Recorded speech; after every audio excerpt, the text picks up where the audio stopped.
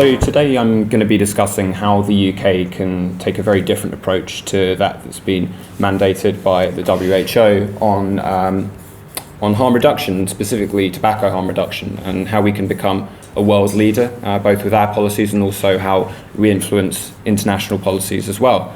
So let's start with the very basic facts about smoking. In England alone, 80,000 lives are lost every year to smoking cigarettes. That's just under 2 million disability-adjusted life years.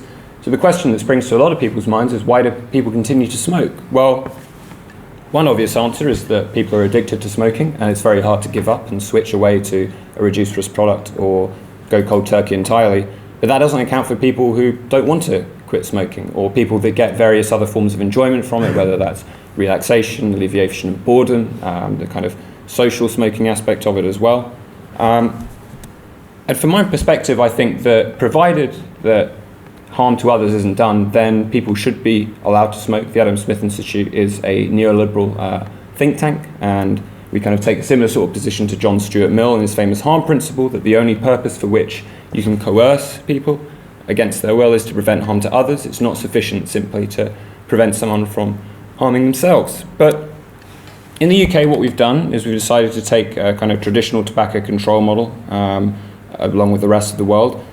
And we've done things like plain packaging, for example. The evidence on that, I would argue, is that plain packaging, at least in Australia, where it's been around since 2012 the longest, hasn't really affected smoking initiation rates in any significant way. Time will tell, perhaps it's more of a long-term effect, but I tend to be fairly sceptical about that.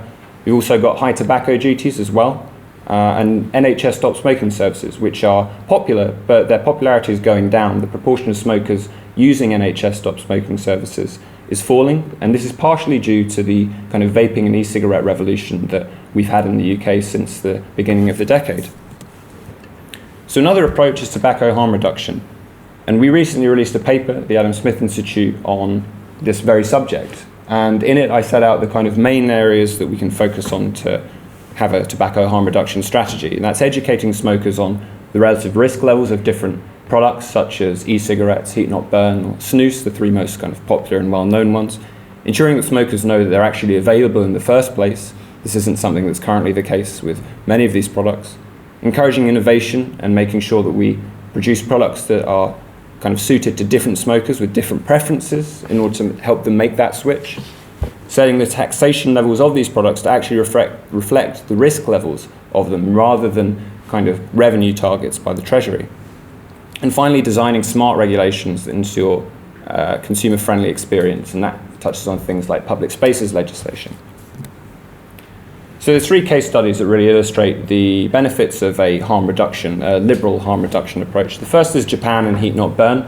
For those of you who aren't familiar with heat-not-burn products, they're basically a tobacco product, but it's heated to a point where it produces an aerosol, but it doesn't combust, so the harmful and potentially harmful compounds that are usually released when smoking cigarettes are present in far smaller levels. At least that's the kind of emerging consensus in the scientific community. And e-cigarettes are banned in Japan, but heat-not-burn products aren't. So these are the kind of main market leader for any sort of reduced risk products you get in Japan. And what we've seen there with products like IQOS, as well as Plume and Plume Tech and Glow as well, these other heat-not-burn products, is that smokers in Japan are being displaced away from traditional cigarettes and towards these reduced risk products. Then we go to Sweden and snus. Sweden has the lowest smoking rate in Europe, and I think that a big part of that is snus, which is a smokeless tobacco product that you put kind of in between your gum and your lip, and it releases nicotine that way. There's pretty clear evidence, there's a pretty clear consensus that snus has massively reduced risk compared to cigarettes, around 90% according to some very good academic studies on snus, and yet there is an EU-wide ban except for Sweden, which is a big shame and ought to be changed, and there are calls for that to change in the UK that have come out recently, but I'll get onto that a bit later. And finally we come to the UK and vaping and the e-cigarette revolution that we've had here since the beginning of the decade. Now, Public Health England, most of you I imagine are aware, in February 2018 came out and said that e-cigarettes are likely to be at least 95% safer than smoking cigarettes. That's not 95%, they've changed it now to at least 95% safer than smoking cigarettes. And there's nearly 3 million e-cigarette users in Great Britain alone. And I think it's kind of worth illustrating how this has been a success in terms of harm reduction by comparing the UK to Australia, which has in effect banned nicotine-containing cigarettes. With the UK, from 2013 to 2016, we saw an annual reduction in the smoking rate of about 1%, 1 percentage point rather, which is extremely significant and off-trend.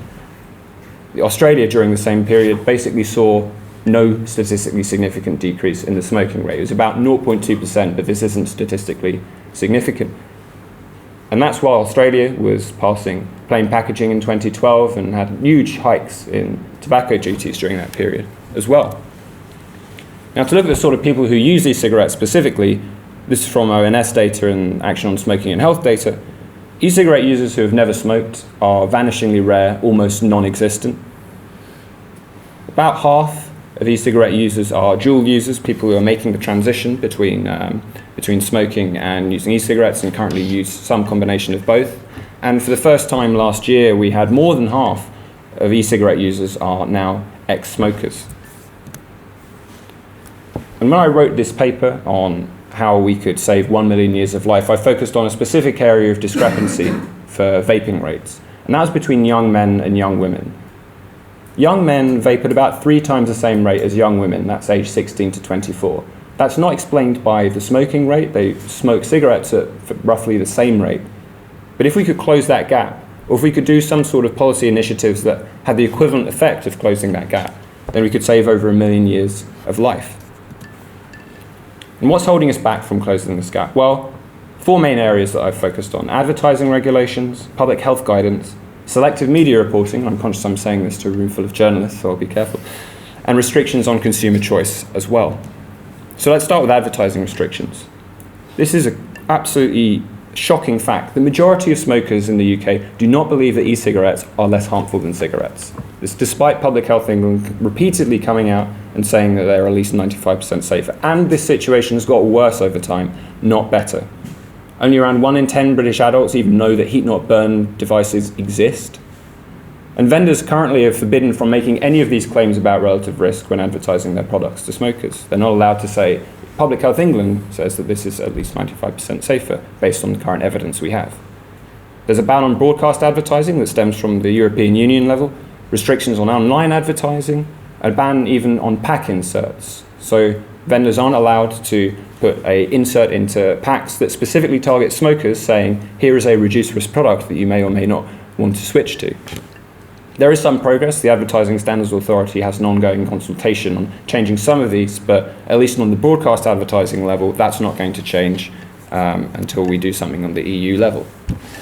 And when it comes to public health guidance as well, an online survey of just under 2,000 stop smoking practitioners and managers suggested that less than 5% would recommend e-cigarettes to all their clients. And this is Public Health England. The quote there is from a paragraph in their February 2018 report where they highlight that this is a seriously big problem, and what we need to have is more robust public health guidance from NICE, the National Institute of Care and Excellence, which, to their credit, have recently changed their position towards a more e-cigarette sympathetic standpoint, but they could go significantly further.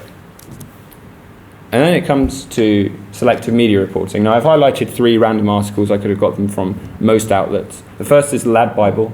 A lot of my friends back home in Essex read the Lad Bible, and of course in Essex.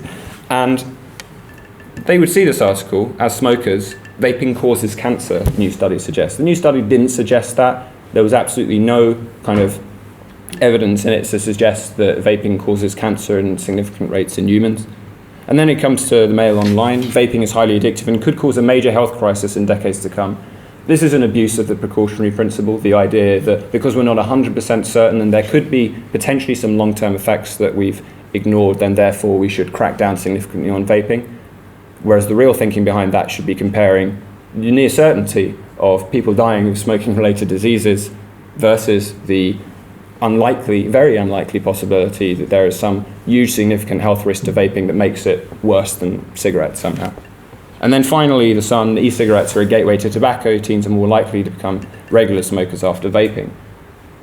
This is not the view of the vast majority of the UK public health establishment. They support the opposite hypothesis, that people who, or especially young people, who would otherwise have gone on to smoke, due to demographic characteristics, various predictors of people who go on to smoke, instead take up e-cigarettes. And it's not the gateway effect, it's what they call the common liability hypothesis.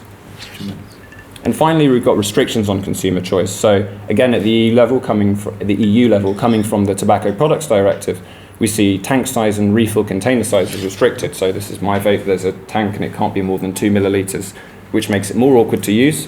The same is true of the little bottles that you refill the e-cigarettes with, the refill containers, that they're restricted to a certain size, which means you have to carry around more, you waste plastic, which seems a little bit clashing with some environmental goals there. And then there's also nicotine limits as well. So the heaviest smokers aren't allowed to get the kind of 24 milligrams of nicotine per milliliter e-liquids, and that means that they're less likely to make that switch and reduce harm. There's also bans in public places as well, but I'll get onto that in a bit.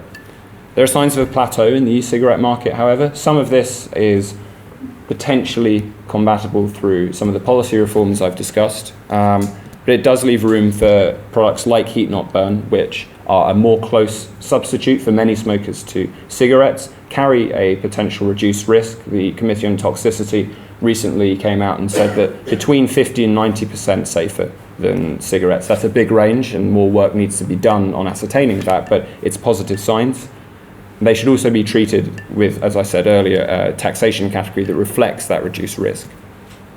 So in summary, how we can save 1 million years of life: advertising reforms, encouraging GPs to recommend e-cigarettes and other popular stop-smoking cessation devices to their patients, reforming the Tobacco Products Directive, so that's tackling the kind of issues that we have on tank size and nicotine limits, re-examining public spaces regulation as well. The recent Science and Tech Committee report, the Select Committee, came out and talked a lot about how, especially in mental health facilities, that it would be important with the high smoking rates to allow people to make that switch to e-cigarettes and make it easier for them to do so. And also risk-based regulations and taxation. But the key one, this is the one most relevant to the WHO, is promoting harm reduction internationally. We've got COP8 coming up in October, I believe. Is that? Yeah. We've got COP8 coming up in October. The UK delegation, I believe, is from the Department of Health, which doesn't tend to be as pro-e-cigarette as some other public health bodies in the UK. But it's important that where we can, we could simply advocate for this harm reduction approach on the international level and be a dissenting voice, because it works and it saves lives. And I think that that's the kind of key takeaway. Thanks.